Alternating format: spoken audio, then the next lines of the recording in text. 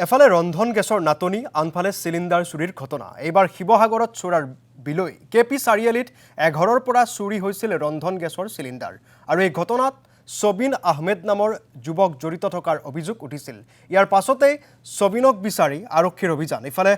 আৰক্ষী অহাৰ উমান পাই ঘৰৰ ভিতৰতে আত্মগোপন অভিযুক্ত সবিন আহমেদৰ অৱশ্যে এটা সময়ৰ সবিনৰ উপস্থিতি ধৰা পেলালে আৰক্ষীয়ে উপায়ন্তৰ হৈ অৱশেষত আৰক্ষীৰ ওচৰত ধৰা দিলে চিলিণ্ডাৰ চুৰিৰ অভিযোগত ঘৰৰ সিলিঙত উঠি লুকাই থকা সবিন আহমেদে আমি পুনৰবাৰ উল্লেখ কৰিছো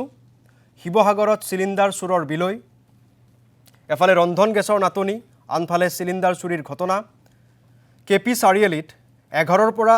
চুৰি হৈছিল ৰন্ধন গেছৰ চিলিণ্ডাৰ আৰু এই ঘটনাত সবিন আহমেদ নামৰ যুৱকজন জড়িত থকাৰ অভিযোগ উঠিছিল ইয়াৰ পাছতেই সবিনক বিচাৰি আৰক্ষীৰ অভিযান ইফালে আৰক্ষী অহাৰ উমান পাই ঘৰৰ ভিতৰতে আত্মগোপন অভিযুক্ত সবিন আহমেদৰ অৱশ্যে এটা সময়ত সবিনৰ উপস্থিতি ধৰা পেলালে আৰক্ষীয়ে উপায়ন্তৰ হৈ অৱশেষত আৰক্ষীৰ ওচৰত ধৰা দিলে চিলিণ্ডাৰ চুৰিৰ অভিযোগত ঘৰৰ সিলিঙত উঠি লুকাই থকা সবিন আহমেদ